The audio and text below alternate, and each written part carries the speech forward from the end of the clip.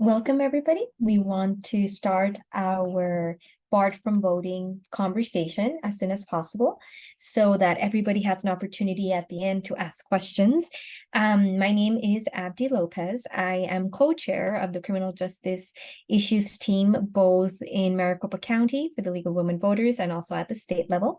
And I have the privilege of sharing a lot of the work and responsibilities with great individuals as well. Kat Jutras, whom you'll hear from today, and then also Leslie Hansen, who has really spearheaded a lot of a lot of our communication. So thank you so much. Today, we are going to talk about a very extensive topic, which is individuals who are barred from voting due to them having been processed through the criminal legal system. So today's agenda will be very brief. After our conversation, which will go over the laws and processes that individuals who are trying to restore their voting rights would be required to go through in the state of Arizona. We'll also hear from directly impacted individuals.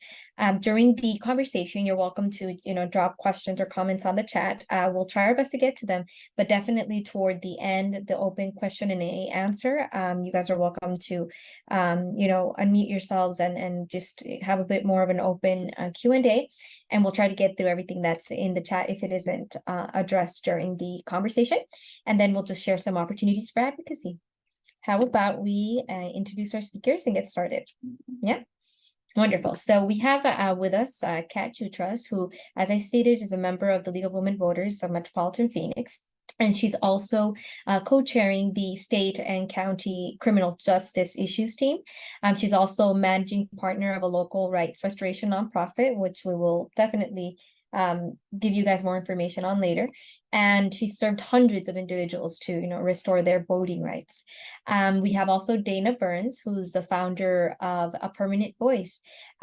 She has done a lot of work with families in South Phoenix in those marginalized and vulnerable areas and communities. And today she's going to also share her story. So with all due respect, and we will listen and try to understand from multiple points of view.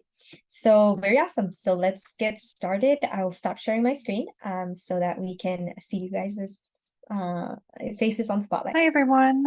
I'm Kat. Thank you so much, Abdi, for that introduction. And I'd like to welcome Dana joining us. She has been so gracious and willing to share a bit of her story with us all today about her journey to getting her voting rights back. Before we jump into, sorry about that, my dog is in the background, not wanting to go outside. Before we jump into talking to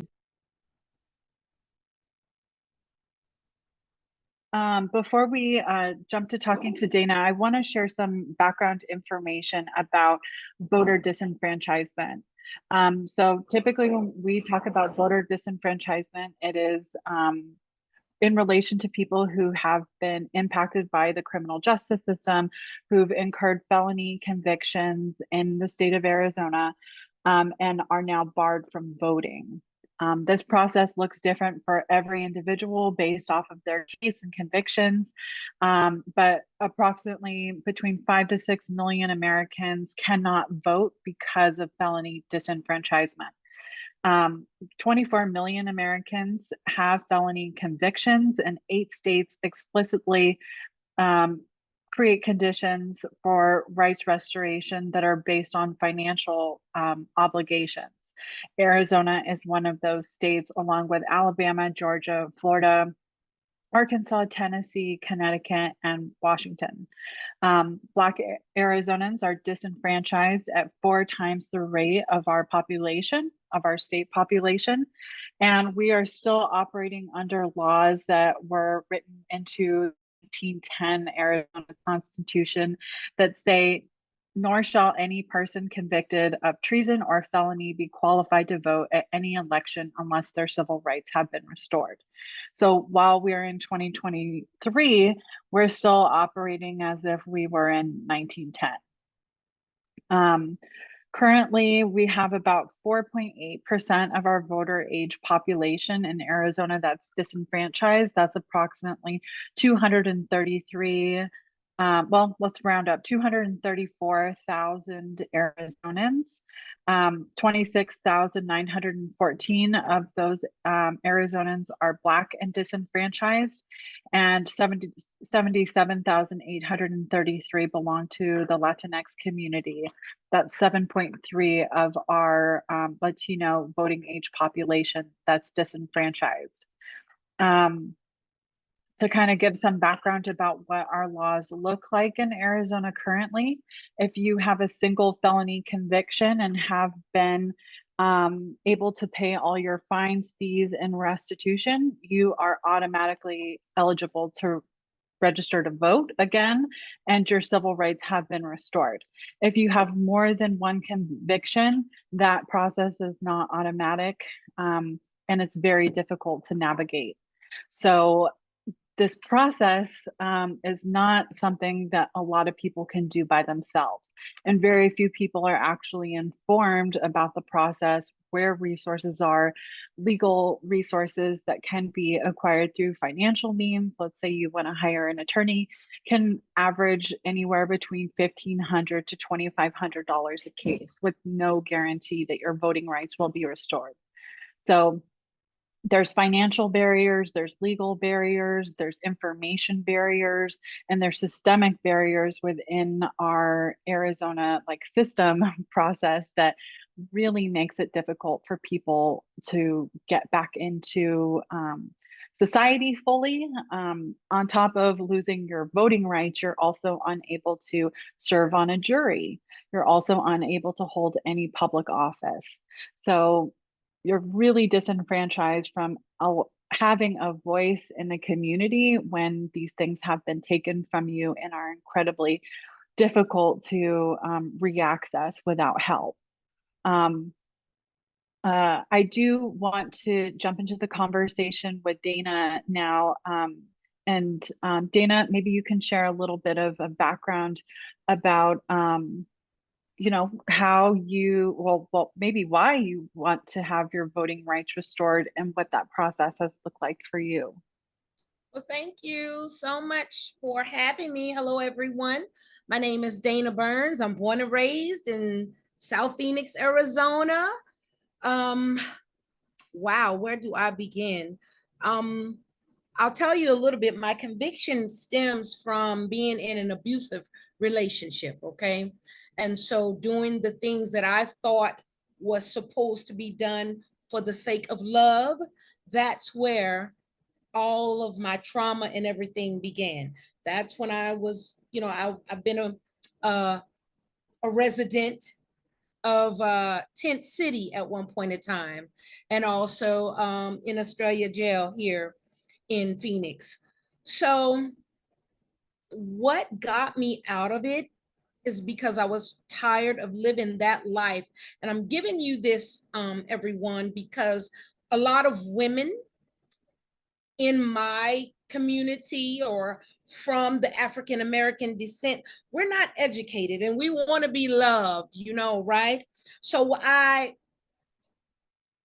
And that's the stigma, shall I say, that I've been learning with a lot of us from this area. And so I was tired of going through it. I was tired of dealing with the law, period. I wanted my life back. She's now 18. At that time, she was 2.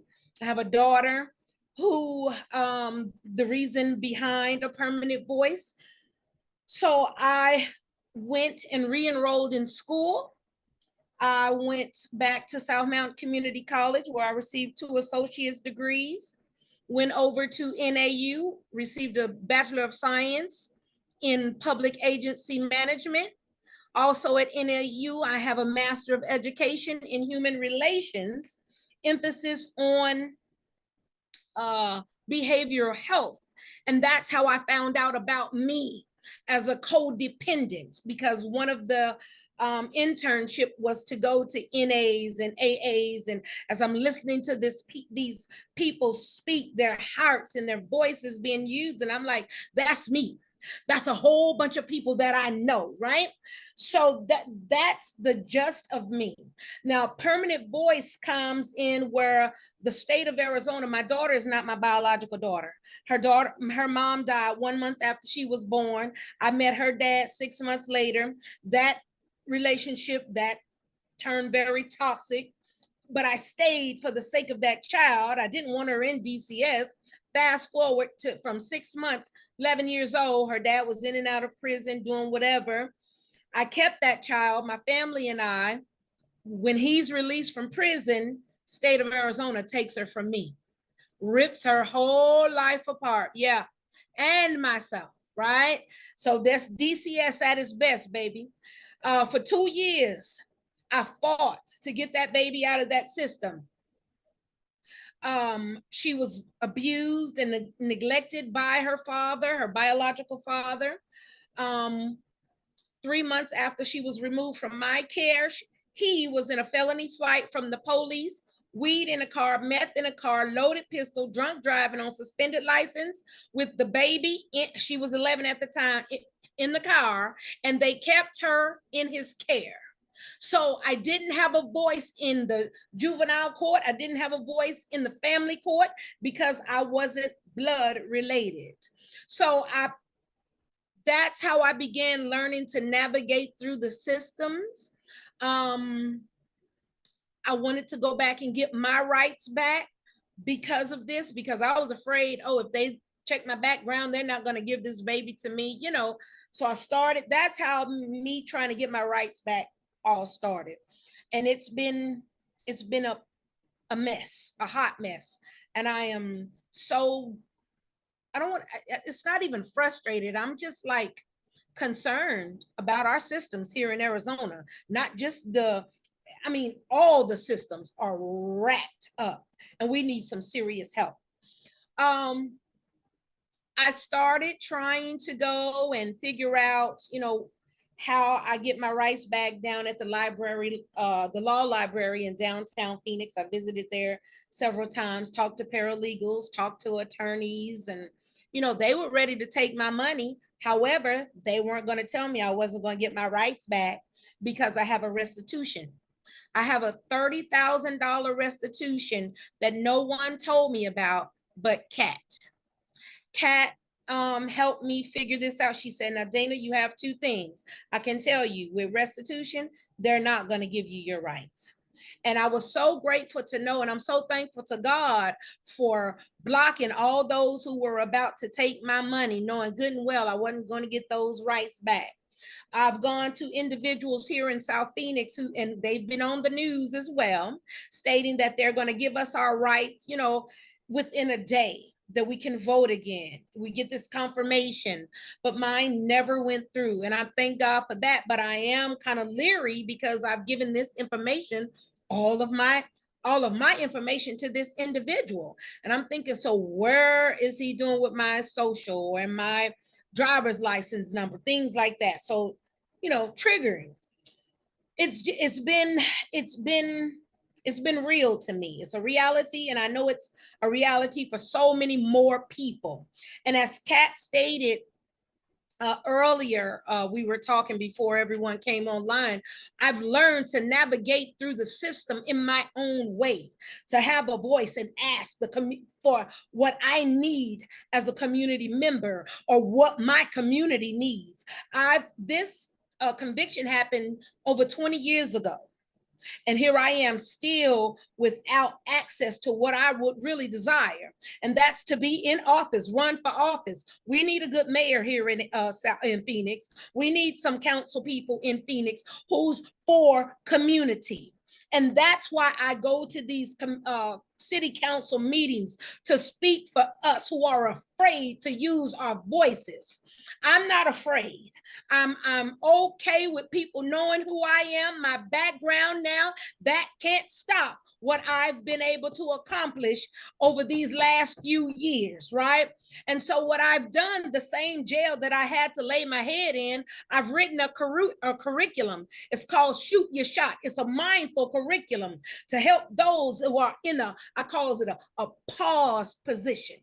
to think about life. And it's a literacy. We're learning a new vocabulary. We're reading, getting that brain turning again for something positive, right? And so once we leave that place, we fast forward. We can't rewind. We want because if we rewind, we keep going back in time. And that's what I'm showing them. I'm their array of hope, if you want to call me that. And some of them say, well, Miss Dana, how do you know about A dorm and F dorm and in the tents and this? Well, I've been there, baby. But I'm here today to let you know you can do anything you want to do. One thing I'll let you all know too is the women need support when they're preparing to leave those jails. If I didn't have my mother at that time, I would have gone back to the same person who was getting me in all the trouble. And that's what happened. That's the recidivism that these women are facing because they don't know what to do. They go back to their pimps or the hustlers or their lovers or whatever, because that's all they have. So if we can get some support right there, we'd have a whole bunch more women on this call today. I guarantee you. Some things I've done in community, thanks to Councilman Carlos Garcia, District 8, when he was in office, the city of Phoenix had the $500 million GO bond, the general obligation bond. I was elected to be on the Parks and Rec Committee, and where I've been voicing we need a basketball facility, something for our kids after school program here in the South Phoenix area. Long story short, and I'll send Miss Leslie an article to send out later, I was able to advocate and get $4.5 million. The Phoenix Suns also called Mr. Garcia and told him they were donating an additional $500,000. With that said, we're getting a recreation center built at Esteban Park, 3345 East Rozier Road. Thank you, Miss Dana, with that voice, girl. That's the permanent voice that I'm talking about. I'm okay with the background now, but I would love to have it off so I could be the next mayor of Phoenix. Hello, somebody. Other things that I've been able to do, we have very bad rates and cases of pedestrian fatalities in South Phoenix. So I went to the mayors and all the powers that be, and I'm like, we need the big halt lights, right? Those are the big crosswalks with the lights on them that flashes. We had 2 back-to-back fatalities. December 2018, a mother lost her 15-year-old son, and it's in articles and things, trying to cross the street to catch the bus to go to school. December of 2019, a mother, 51, I believe, years old, trying to cross the street, lost her life, hit and run. We still haven't found that person.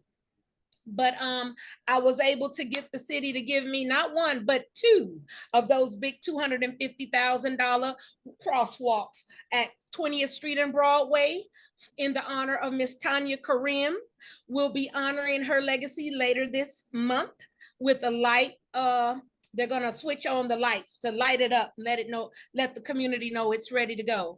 I adopted 16th Street to 24th Street and Broadway, honoring this lady's legacy, right? And then later in 2024, the city has put in budget so we can get that one on Montezuma in Southern and Montezuma in honor of little Keyshawn Eubanks is his name. I've been able, Arizona Cardinals, the franchise quarterback, Kyler Murray. His people reached out to me.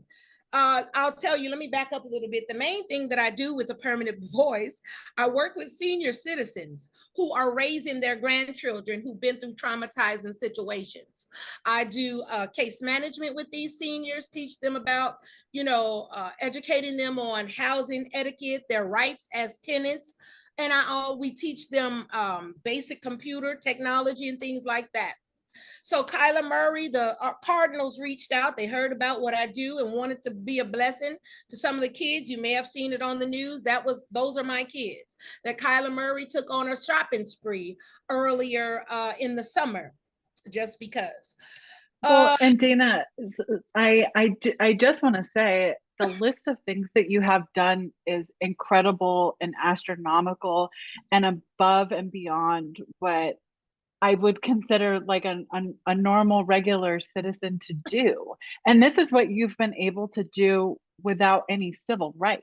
Outright. So, you know, painting the picture of what, you know, the stereotypical, you know, formerly incarcerated person, felon, whatever that characterization is, I think Dana is a living testament that these are not accurate portrayals of people who come out of systems, and that there are so many barriers to fully restoring someone who has been doing the work in the community, who has been making efforts to show that they are a valuable member of the community, but is not able to exercise their civil rights.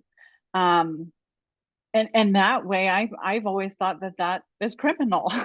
It's criminal to deny people these constitutional rights that Dana has obviously demonstrated in her community long term, is a testament to rehabilitation, self-rehabilitation that wasn't found within the system. And that despite all of these accomplishments and wealth, physical and financial, that she's brought to her community, that's still not enough for a judge to grant her rights back. Despite repaying her community tenfold what her restitution is, that's not enough for her to regain her voting rights. What it would take for that to happen is an astronomical amount of repayment to the government, to the state, because it has been so long. The remedy here is not just paying back the victim in this case. It's now the state has moved this to collections where it collects 17% every year, compounded every year. So the amount of restitution that's owed is not really what was court ordered. And there are hundreds, if not thousands, of people I've encountered over the years who are in this exact same situation, who pay taxes, who volunteer, who raise healthy children, who volunteer in their community, who really seek this part of them that was taken wrongfully after their conviction had been completed, after their criminal sentence had been finished. What this turns into is really a lifelong punishment for a lot of people, and myself included. I am not allowed to vote, despite every attempt in trying to regain that ability. Dana and I have had to find different pathways to navigate the system to be heard. And that includes community action, that includes working with people, getting them registered to vote, aware of what voting rights are. Because I think, I'll just speak for myself and definitely jump in here, Dana, that is our way of feeling like we can participate in the system. I may not be able to vote, but I can encourage people in my community to do that. I may not be able to vote or get my voting rights back, but I can share with someone else what their options are if they're a formerly incarcerated person or a formerly justice involved person. There are so many barriers on top of just the systematic barriers within the legal system, with the restitutions, the incurred interest rates, the ability to talk to an attorney, but it costs a lot of money and there's no guarantees there.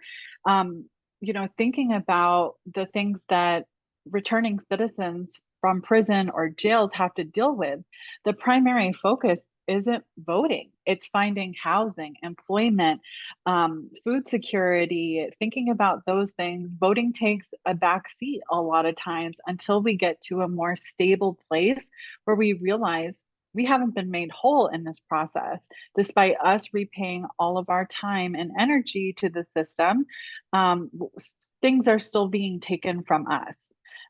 So for people who have children, they may care about their school board, but they can't vote for who is on their school board. They may not even feel welcome to attend a school board hearing because it is that disenfranchisement from participation that really, I think civil rights gives you, is that sense of I can participate. So a lot of the education I know I do in the community, and I know Miss Dana definitely does, is telling people what options they have and also mitigating some of the really negative consequences of individuals, organizations who are not informed enough about voting rights restoration, or just civil rights restoration, I should say, more as a blanket, to tell people that there is help out there, it is available, and you can regain your rights back. There's so many system barriers of notification that Dana also mentioned that I think are really important. These are legislative fixes, and some bills have been passed to try and improve some of these problems within the system. So last year we had a policy change, HB 2119. It went into effect last year, and this removed some of the barriers. There was a 2-year waiting period for people with a previous conviction history.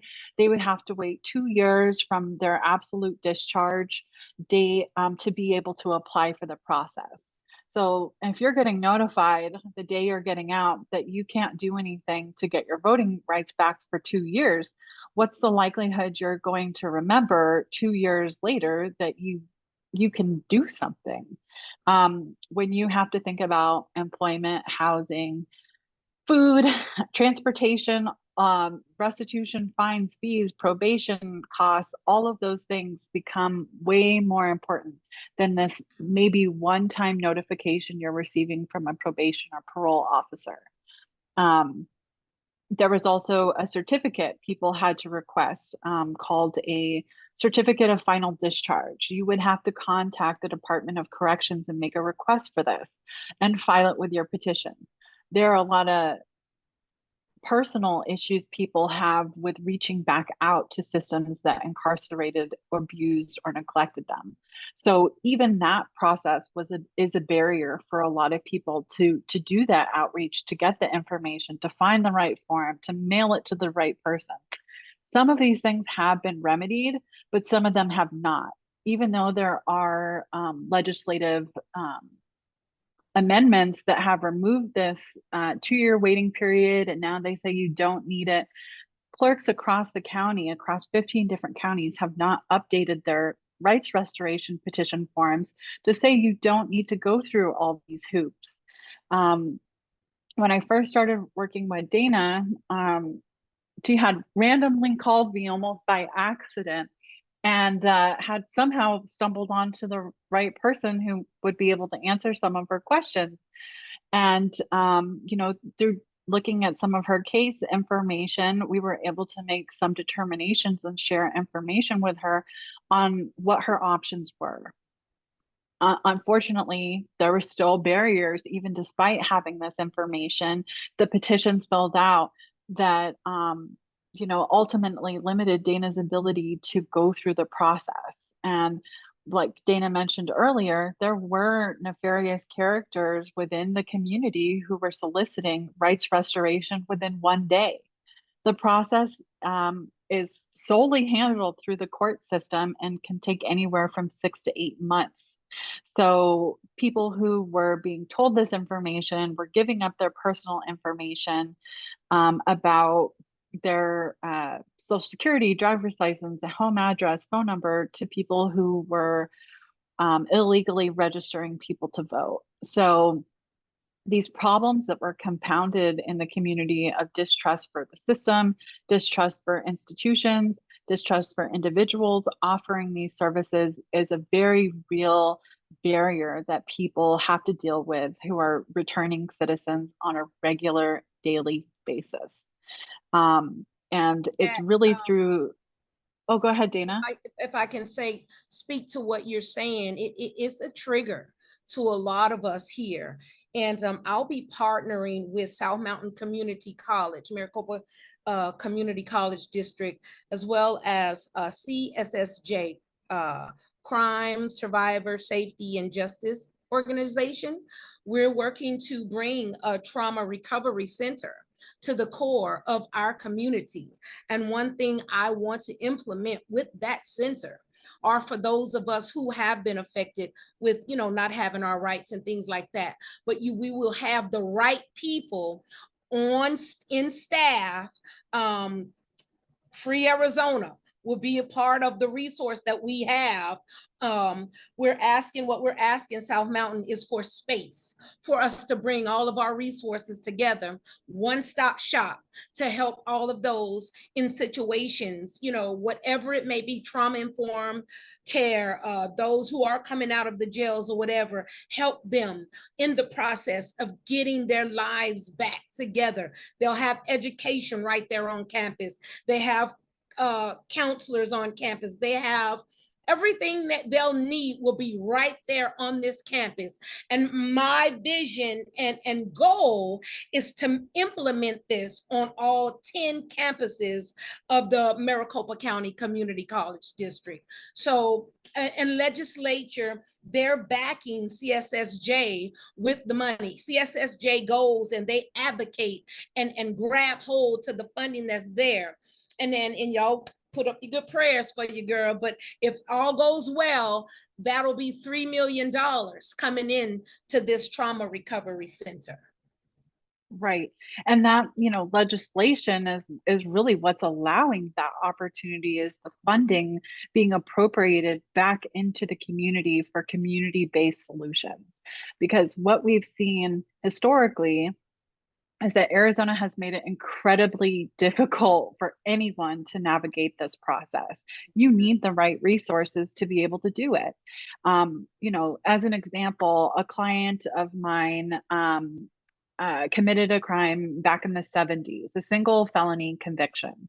Now we're in 2020 or 2019.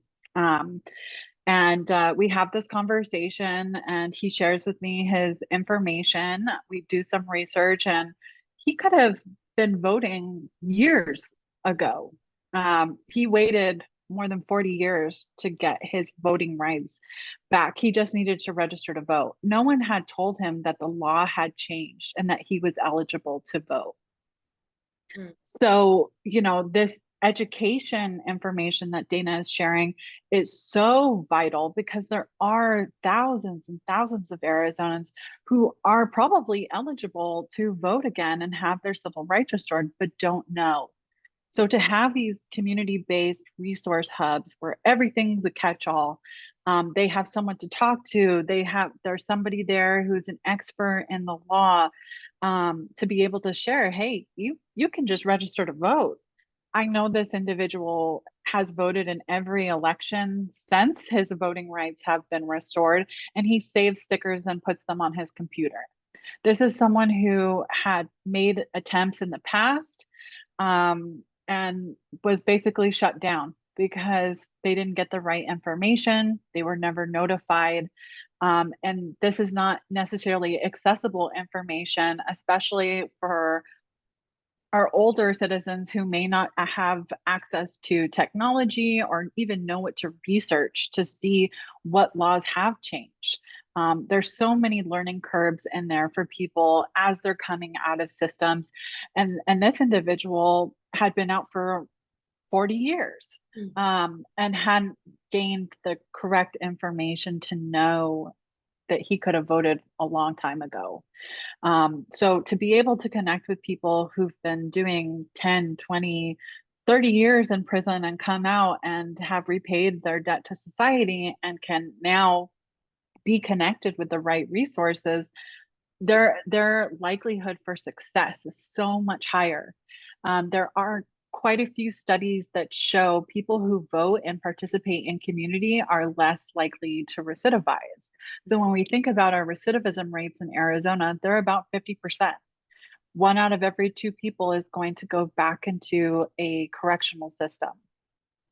If we're able to reduce that through education, through community-based outreach, through reliable resources, I think we really stand a chance of correcting a lot of these problems within our system and facilitating real rehabilitation that works, that is outside of the parole and probation offices that are not able to fill all these gaps.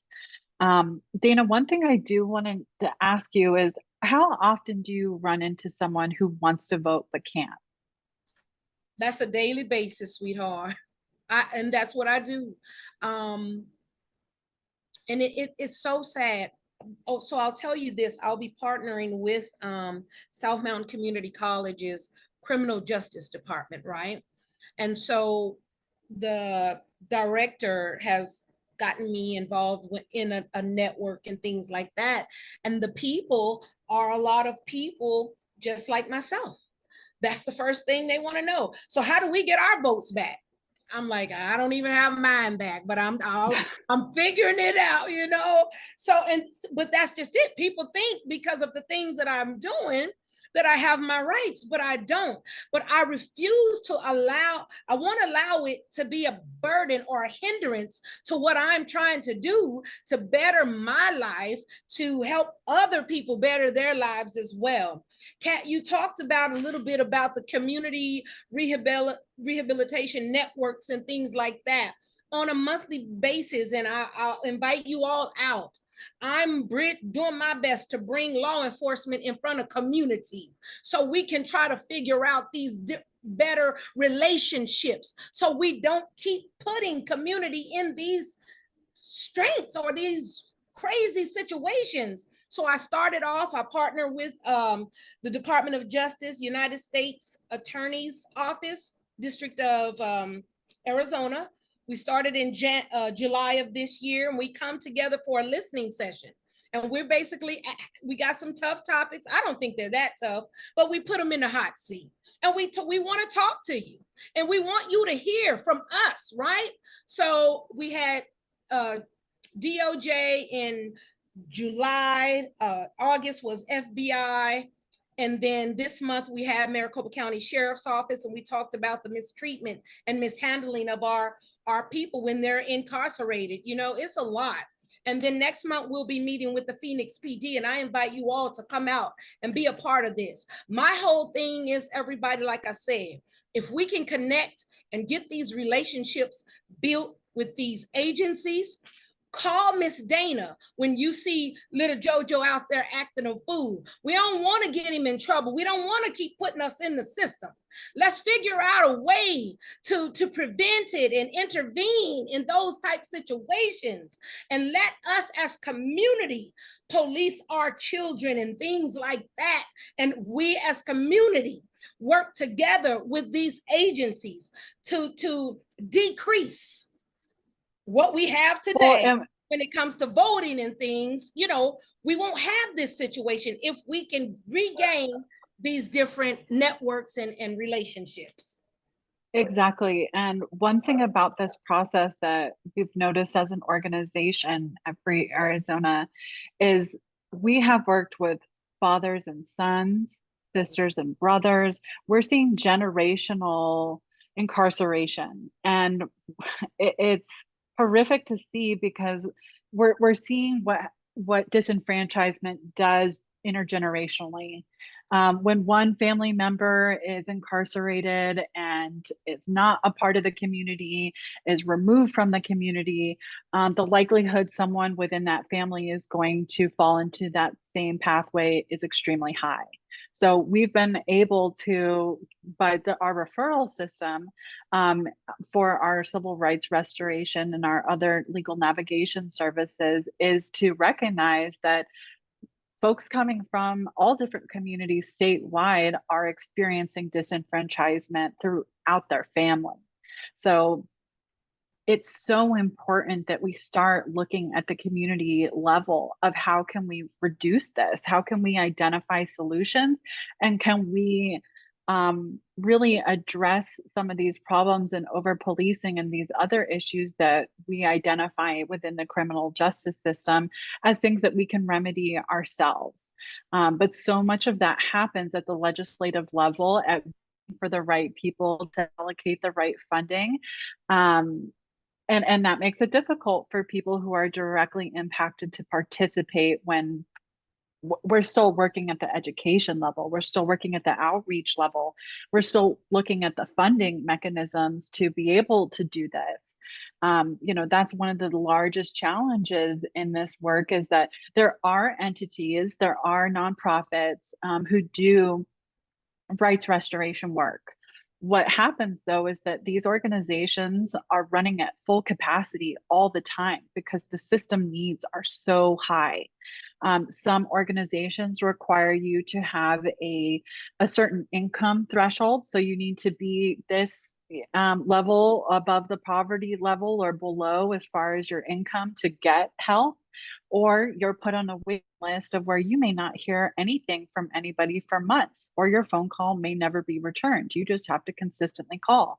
You call the clerk's office, regardless of what county you're in, and you may get on the phone with someone who has no idea what you're talking about. Collections units, rights restoration departments, they all are so different statewide that it's really, really challenging to tell one person who may have a charge in Yavapai, Pima, Maricopa, what to do, because the process is different across all three counties. So thinking about, how large scale this problem is in our state, and thinking about at a micro level of how can we identify solutions at the community-based level to identify these problems, keep young people and youth involved in productive community-based activities to keep them out of system involvement, is so key to resolving this problem.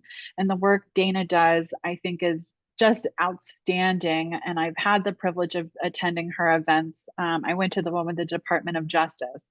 And as someone who has been, justice involved, the last place in the world I want to be is in a room full of law enforcement. But I know the work Dana is doing in her community is making such a difference. And for those of us who are not able to elect officials, meet officials, she's connecting community members with that direct access to these people to voice those concerns that we're not able to at the ballot. So I just want to commend you, Dana, so much for the work that you're doing. It's truly outstanding. I look up to you and all the work that I do.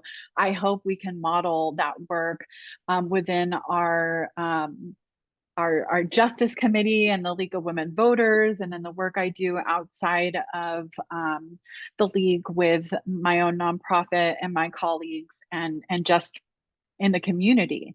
And I think everyone in this meeting came to this meeting because they care about this topic and care about the people affected.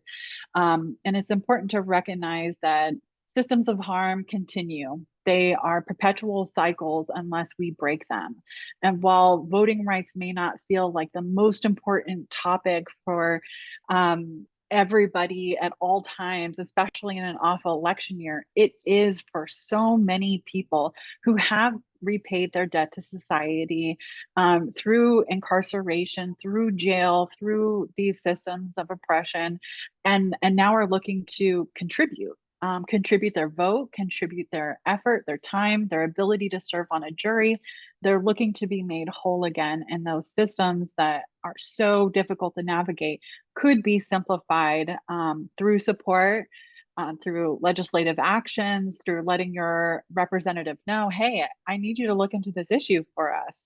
I just heard from a community member in South Phoenix that this is a problem. Recognizing the story and testimony from Dana, I think is a first step. Whether you're really interested in learning more about this process or not, you need to know what the problem is with the system to be able to identify a solution.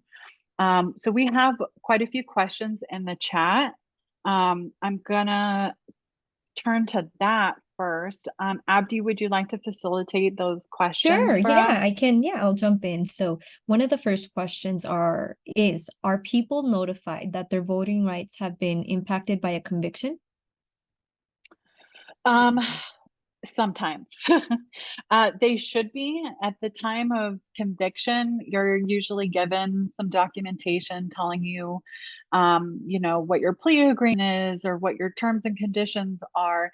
It will tell you the very basic information about your conviction and your time, your restitution, but at no point when you are signing these agreements in the court system does it say you are losing your civil rights by doing so.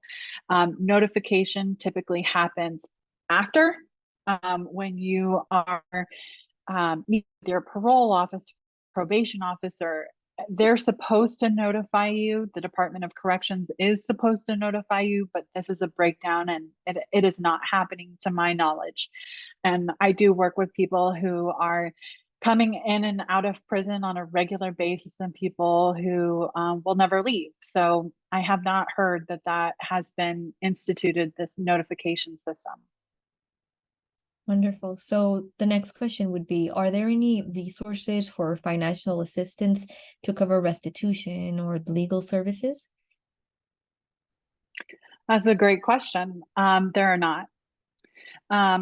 For people who have, let's say, fines and fees, you can make a request to the court to have those reduced. It's at the discretion of the judge. But for restitution, there are not.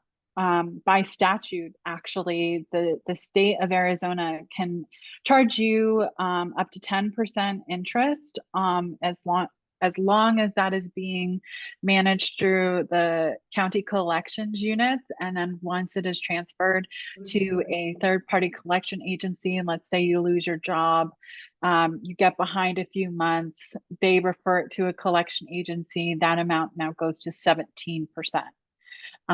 So people who have restitution are not able to get a bankruptcy declaration on it. You can't not pay it. They'll take it from your state tax returns. There is no way out of it, and it can feel incredibly burdensome on your life. There's clients that we have who are scared to own property, to buy a house, to buy a car, to put anything in their name, even though they're purchasing it, for fear the state can repossess it or put a lien against it. We had a client recently who had sold his house and had quite a bit of equity in the house when it was sold. The state was able to take $35,000 out of the sale of his home without any authorization or notification.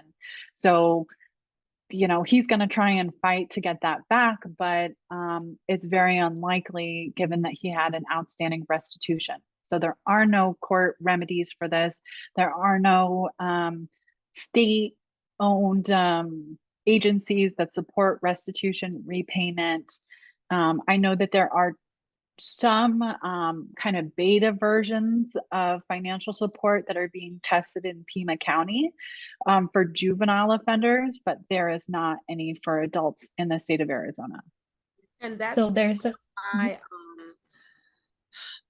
I'll be 50 years old, right? And I'm still in this apartment. And my daughter has always been asking, Mom, I want to get us a house. Let's get and it's hard for me to explain to my child why mom can't go out and get this house. And that's heartbreaking, you guys. It really is.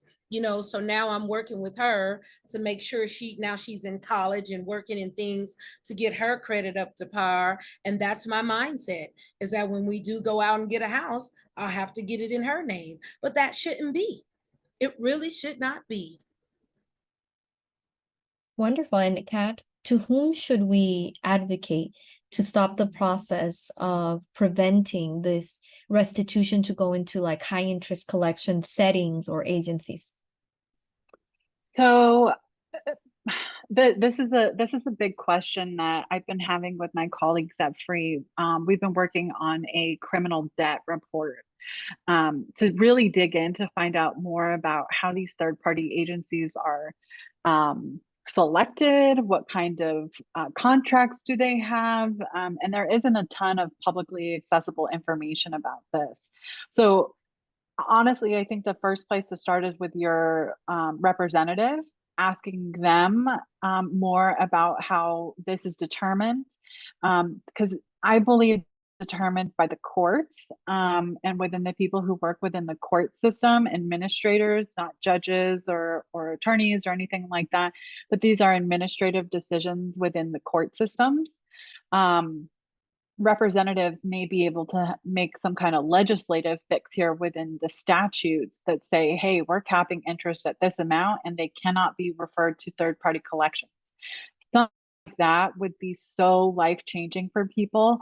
As an example, I have a client who had $56,000 of restitution in 2019. That amount now in 2023 is almost $100,000 because it had been sent to a collection agency.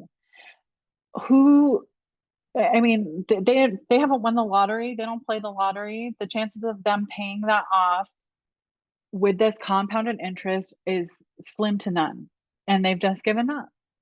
And it's so common for clients that we interact with who are in this interest trap, that they just feel like they'll never be able to get out. So really conveying to your representative, this is a problem. This is a systemic problem that is deterring people from participating in this process. When we do have other states to look at who do not hinder civil rights restoration based off of financial obligation. So there are other states to turn to look at and say, hey, we're not, Florida is, I don't know if Florida is doing this or not, so maybe I shouldn't use that as an example, but let's say hypothetically, Florida isn't doing this. Or you look at any other state surrounding us. California does not, gives you back your rights upon release. So you have your voting rights in California the day you walk out of prison. So, you know, our next door neighbor who has twice the population, more prisons, more everything on scale, and this is not a problem for them. Figuring out a different solution here has to be brought forward to someone who is able to make a legislative fix. And in addition, one of the questions is also, if you are able to pass this hoop of paying your restitution, what is the time frame and what barriers come maybe with judiciary discretion to getting your rights restored? So for people who have repaid, and steer me back if I'm wrong on how I heard this, Abdi. For people who have repaid all of their debts, they have no restitution, fines, fees, they still have to wait 6 to 8 months, and it is still discretionary on a judge to make a decision on whether their rights are granted. We have seen clients who do not have any outstanding fines, fees, or restitution denied their civil rights back after multiple petitions because of judge discretion. After we reapply, it is reassigned to a different judge, and that judge might grant it. So given that there are not a lot of choices in how the process works, you don't get to pick the judge. You don't really see any feedback immediately from the judge. There was some litigation on people requesting to have a reason for why their rights are denied. That is now required for people going through this process. But for people who have outstanding restitution, they're still put in the same time frame. It doesn't matter. They still have to wait that same exact time, and it's discretionary, of course. But I've never seen someone with outstanding restitution getting their voting rights back.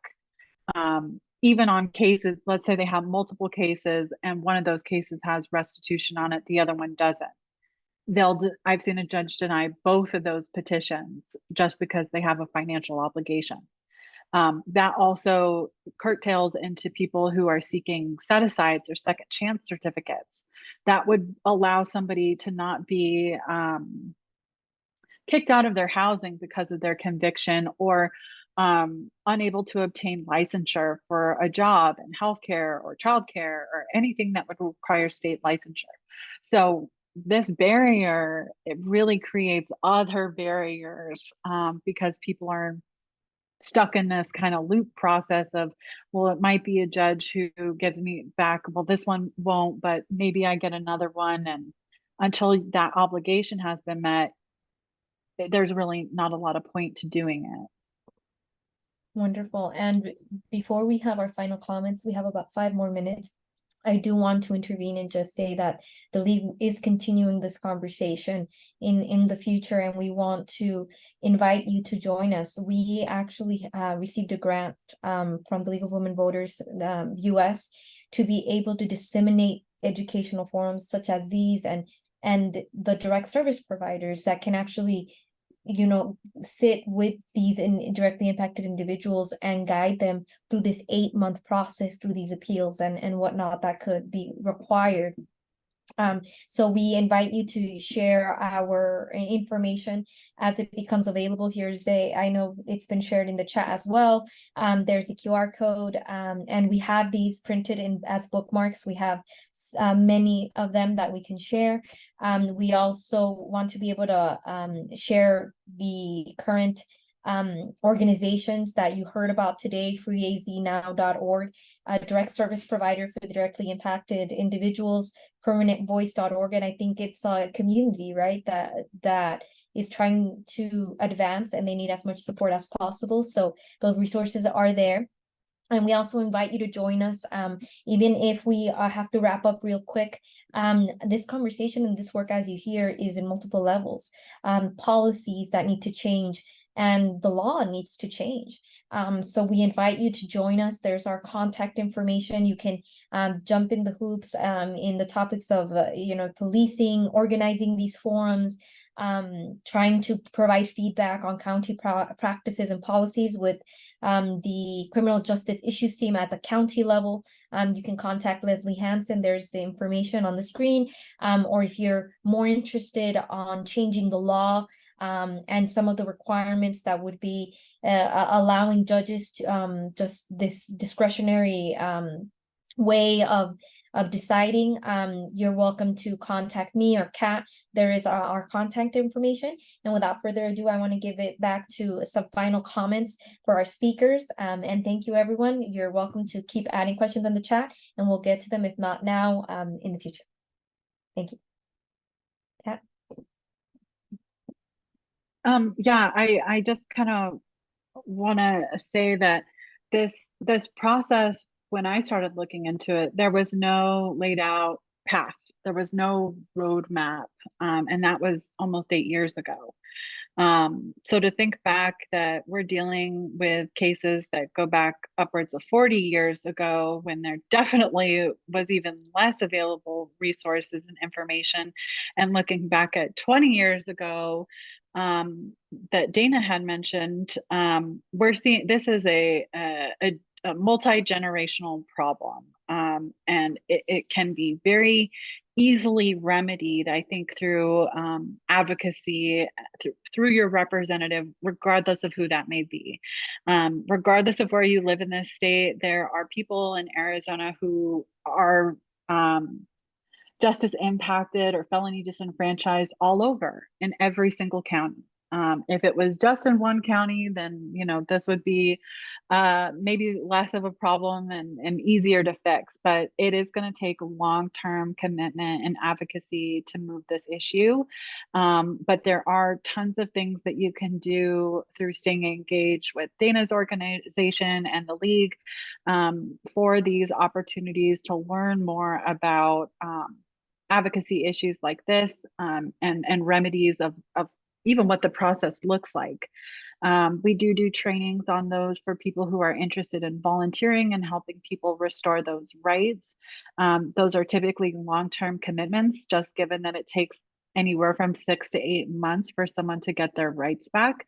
But I do want to share at least that information for folks. And there are organizations that are listed on the website that Abdi dropped in the chat that you can also connect with that do this work and have more information on their website.